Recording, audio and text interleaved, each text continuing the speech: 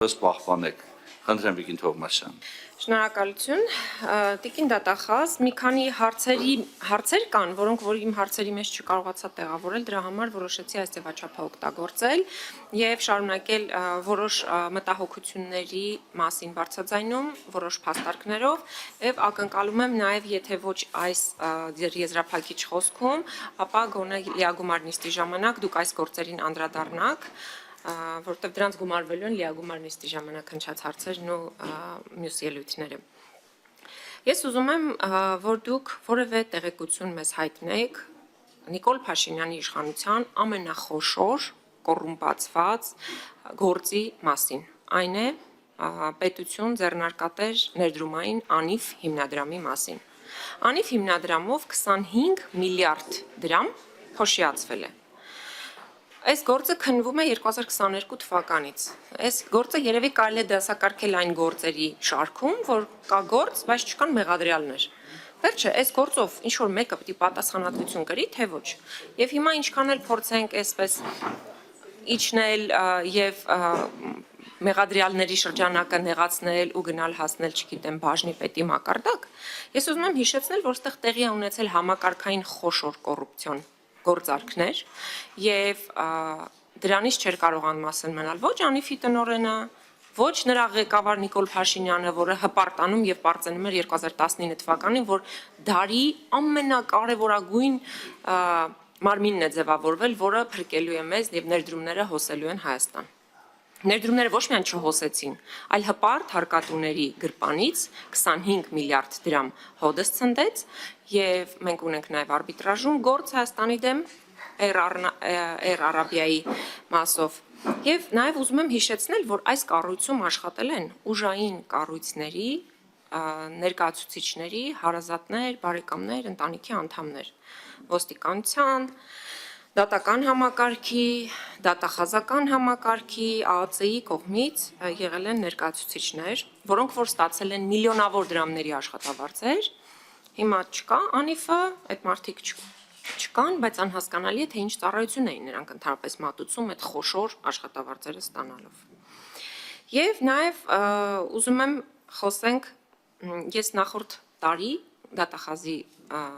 տարեկան հաղորդման ժամանակ ձեզ ներկայացրեցի մի փունջ գործեր, որոնք որ առնչվում էին ամենատարբեր մարդկանց, որոնք որ ակնհայտորեն կոռուպցիոն շեշտադրումներ, փաստարկներ էին պարունակում եւ այդ գործերով ես տեղեկություններ չունեմ ինչ է արվել։ Ես ուզում եմ հիշեցնել, որ խոսքը այն մասին էր, որ օրինակ 2022 թվականին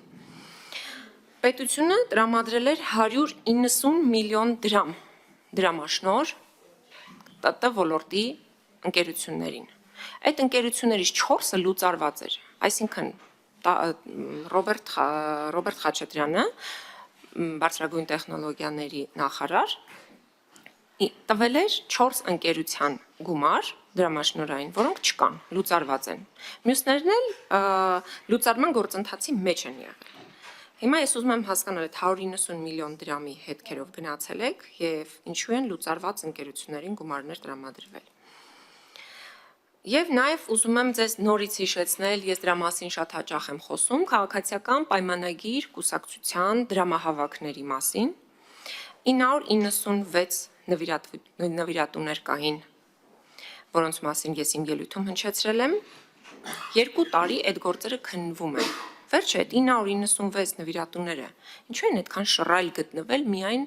իշխող կուսակցության նկատմամբ եւ գումարներ տրամադրել նրանց նախընտրական կամ որևէ կուսակցական նպատակի համար։ Ընդ որում մամուլում եղան բարձրաձայնումներ, որ շատ քաղաքացիներ ովքեր ում անունով որ փոխանցվել էին այդ գումարները, այդ մարդիկ տեղյակ չէին, որ իրենց անունով ինչ որ փոխանցումներ են արվել ԿՊ-ի հաշիվներին։ Եվ իհարկե եթե այդ հայտարարությունս հիշում եք, այդ հայտարարության մեջ շատ այլ բաներ կային, որոնց որ մի մասին կանդրադառնամ արդեն լիագումար նիստերի շրջանում, ուղղակի չչարաշահելու համար այստեղ բոլորի համբերությունը։ Այնտեղ հիշեցնեմ ազգային ժողովի նախագահ Ալեն Սիմոնյանի, նրա խավորի մասին կար հայտարարություն, Հակոբ Սիմիդյանի մասին կար, այսինքն կուզեմ ձեզ update անել այս մասով, որ դուք տեղեկություն տաք այդ գործերով ինչ է կարել այս 1 տարվա ընթացքում։ Եվ նաև խոսվեց լրագրողների գործունեության խոչընդոտման մասին։ Ես ուզում եմ հիշել, որ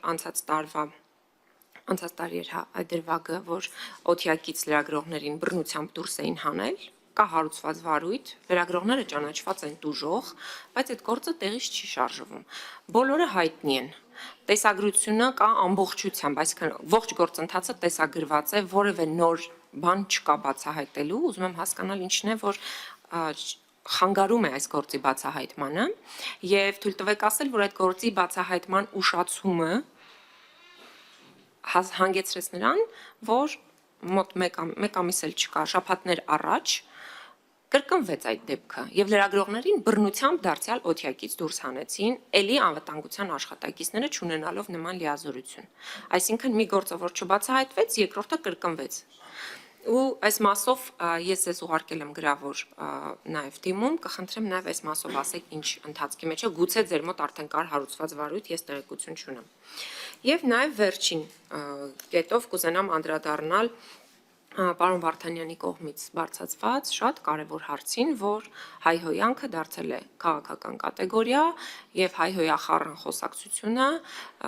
դարձել է մեզ համար մարտահրավեր։ Այո, ես կիսում եմ այդ մտահոգությունը, Հայաստանում շատ տհաճ է երբեմն եւ համացանցով եւ նաեւ հեռուստաընկերությունների նաեւ միջոցով, երբ որ դու հետևում ես շատ գործիչների խոսույթին։ Բայց ես ուզում եմ ուշադրություն դարձնել, որ մենք գործ ունենք էլիտայի հետ եւ առաջին հերթին իշխանական էլիտան պիտի թելադրի օրինակելի օրակարգ եւ աչքի ընկնի օրինակելի վարքով։ Երբ որ Նիկոլ Փաշինյանը ազգային ժողովի ամբիոնից հայհոյախառն խոսակցություն է ունենում, չեմ ասում սպառնալիքները, դեռ միայն հայհոյանքի մասին եմ ասում, սպառնալիքները չեմ ասում, պատերին ծեփերը, գռեհիկ արտահայտությունները, մնացած չեմ ասում։ Ես ուզում եմ հասկանալ այս խոսույթը, երբ որ իջնում է ուղիղ վերևից, ամենաառաջին պատասխանատուից։ Մենք մյուս դաշտի ներկայացուցիչներից կամ ինչպես ասեց Տիգրան Հակոբյանը, մյուս խաղացողներից դաշտի, ինչ ակնկալիք ենք ուզում ձևավորել։ Եվ այս մասով ուզում եմ վերջնականապես եւ եւս մեկ անգամ, ինչպես ես ասել եմ իմ առաջին ելույթում այս խորհրդանի, եկեք պահպանենք պատգամավորական էթիկան եւ եկեք միմյանց նկատմամբ վերաբերվենք հարգալից։ Գոնե եթե միմյանց նկատմամբ չկա այդ հարգանքի տարական դրսևորումը խոսույթի ձևավորման, ապա գոնե մենք պարտավոր ենք այդ հարգանքի դրսևորումը ապահովել հանրության նկատմամբ։ Իսկ հանրությունը մեզ նայում է ուղիղ եթերի ռեժիմով, պարոն Վարդանյան, ես տեսա ձեր ջանքերը օրեր առաջ ազգային ժողովի դահլիճում, որ փորձում եք զսպել ագրեսիվ քաղաքացիական պայմանագիր կուսակցության ներկայացուցիչներին։ Ստե մի հատ շտկում ես փորձում էի կանխել միջադեպը եւ իմ վարկագիծը վերաբերում էր բոլորին։ Ձեր վարկագիծը վերաբերում էր բոլորին, բայց եթե դուք ուշադիր նայում եք տեսանյութը, հայհոյում են ԿՊ-ի падգամավորներ, ինչը շատ ամոթ է։ Եվ երբ որ խոսում եք հայհոյանքից, այդ դրա համար եմ ասում, մի անգամ խմբակցության ներսում, չգիտեմ, դուք կուսակցության անդամ եք թե ոչ, կամ կուսակցության ներսում, մի անգամ քննարկեք, ասեք մենք չենք անելու էլ։ Այդպես հերթով թող բոլոր կուսակցություններն ու խմբակցությունները քննարկեն եւ կհասնենք մենք այն եզրահանգման եւ այն գեղեցիկ ելակետին, որի համար մենք բոլորս պայքարում ենք։ Ի վերջո այդ խոսույթը լսում են բոլորը։ Գիտեք, կա մի հատ ավանդույթ ձևաչափ, էլի։ Իմ խորհրդարանում արգելված է սկզբունքով։ Եկեք բոլոր խմբակցություններով այդ պարագայում, հա, որդեգրենք այս մոտեցումը եւ բոլորս միասին ասենք հայհոյանքը մեր խորհրդարանում արգելված է։ Եվ սա վերաբերում է բոլոր հայհոյանքը եւ վիրավորանքը։ Այո, որովհետեւ ես էլ օրինակ դուք հետևեք Արթուր Հովհաննիսյանի վարկագծին։ Դուք էլ ես տեսեք։ Դուք հիմա ասեք մեր խմբակցությունից մեկի վարկագիծը, որ Արթուր Հովհաննիսյանին կնոյնացնեք, լավ էլի, պարոն Վարդանյան։ Հայհոյանքը քաղաքացիական պայման։ Ձեր խմբակցությունը մեր հանձնաժողովնիստները երբեք չի ընդհատել եւ երբեք չի խոչընդոտել, որտեղ վերջի 3 տարվա ընթացքում մեկ անգամ դիսուկ հանձնաժողովնիստին չի մասնակցել։ Այս խոսքը փոխանցվում Ես ձեր հանձնաժողովից չեմ, չգիտեմ դժբախտաբար թե բարեբախտաբար, բայց դժբախտաբար եղել է Մարդու իրավունքների հանձնաժողովի նախագահ, որի նիստը խոչընդոտել է ձեր քաղաքացիական պայմանագիր խմբակցության քարտուղարը իր ագրեսիվ վարքաբանությամբ, իր սպառնալիքներով, երբ որ ես ասում եմ սպառնում եք, ասում եմ այո սպառնում եմ, ու դրանից հետո դուք խոսում եք հանդուրժողականությունից, պետք չի։ Ինչ արել։ Հիմա դատաների մասին երկար խոսեմ, թե ստեղ ստոպանեմ, պարոն Սարգսյան։ Թույլ տվեք Տիկին Թե ուրիշ դեպքերին էլ անդրադառնամ։ Ես խնդրեմ Տիկին Թովմասյան, Ժորժան, արեք հարգենք քաղաքական խոսույթը։ Այս դրա մասին է խոսքը։ Հաճելի, ոչ հաճելի արտահայտությունները պետք է խորհրդարանի համար ընդունելի լինեն։ Եթե դրանք վիրավորանք կամ զրպարտություն չեն պարունակում, դրա համար պետք է պատրաստ լինենք, թույլ տանք, որպեսզի յուրաքանչյուրս կարողանա արտահայտվի։ Ժամանակ ունենք, հնարավորություն ունենք, եթե պետք է նիստը 4 օր կանենք, բայց ամեն մեկ այդ կարտահայտվի։ Խնդրեմ Տիկին Թովմասյան։ Շնորհակալ եմ։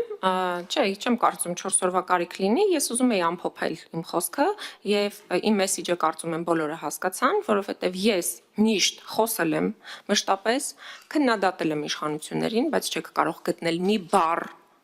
մի արտահայտություն, որով ես վիրավորել եմ որևէ մեկին, որով ես որևէ կերպ հանրության բարոյական նորմերը խոչընդոտել եմ։ Եվ ես իմ օրինակով ցույց եմ տալիս, որ այո, չի կարելի ազգային ժողովում պահել ոչ հարիր падգամավորին վարկագիծ դրսևորել եւ ցուցաբերել այնպիսի մոտեցում, որ